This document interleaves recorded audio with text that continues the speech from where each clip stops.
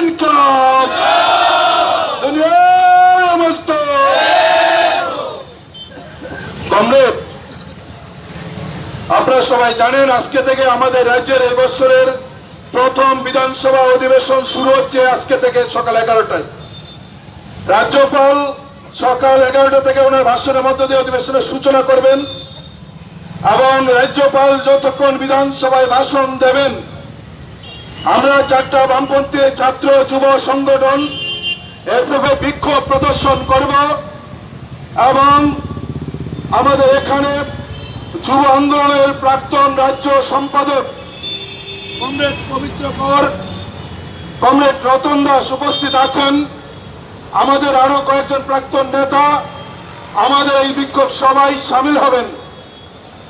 আমাদের এই সভায় সভাপতিত্ব করবেন, সভাপতি মণ্ডলীতে থাকবেন ডিএফআই রাজ্য কমিটির সভাপতি কমরেড পলাশ ভৌমিক, এসএফআই রাজ্য কমিটির সভাপতি কমরেড সুলেমান আলী, ডিএফআই কেন্দ্রীয় কমিটির সদস্য কমরেড রাজু দেববর্মা এবং আমাদের এই 4টে ছাত্র যুব সংগঠনের টিএসইউর পক্ষে কমরেডরা আছেন, তারা সভাপতি মণ্ডলীতে থাকবেন। এবং আমাদের এই বিক্ষোভ সভায় যারা সামিল হয়েছেন আমাদের অনেক কমরেড এখনো আসার বাকি আছে। আমরা খবর নেব রাজ্যপাল যতক্ষণ বিধানসভায় ভাষণ দেবেন ততক্ষণ পর্যন্ত আমরা আমাদের এই সখানে এই বিক্ষোভ প্রদর্শন করে যাব। ফলে আমাদের এই সভার কাজ পরিচালনা করার জন্য সভাপতি মণ্ডলীর কাছে অনুরোধ রাখছি।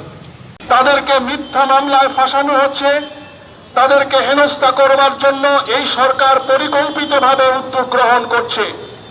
শুধুমাত্র রাজনৈতিকভাবে বামপন্থীদের মোকাবেলা করতে না পেরে এই রাজনৈতিক উদ্দেশ্য প্রণোদিতভাবে পুলিশকে ব্যবহার করে একের পর এক মিথ্যা মামলায় বাম গণতান্ত্রিক আন্দোলনের নেতা কর্মীদের ফাঁসিয়ে দেওয়া হচ্ছে।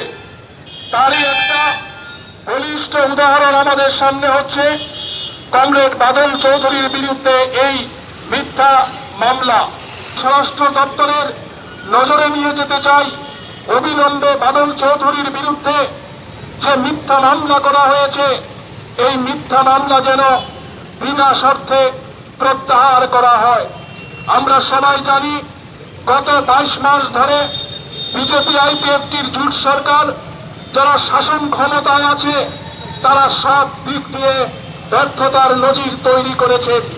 বিধানসভা নির্বাচনের আগে যে ভীষণ ডকুমেন্ট প্রকাশ করা হয়েছিল সেখানে বেকারদের কর্মসংস্থান থেকে শুরু করে নানান ইস্যুতে যে প্রতিশ্রুতি দেওয়া হয়েছে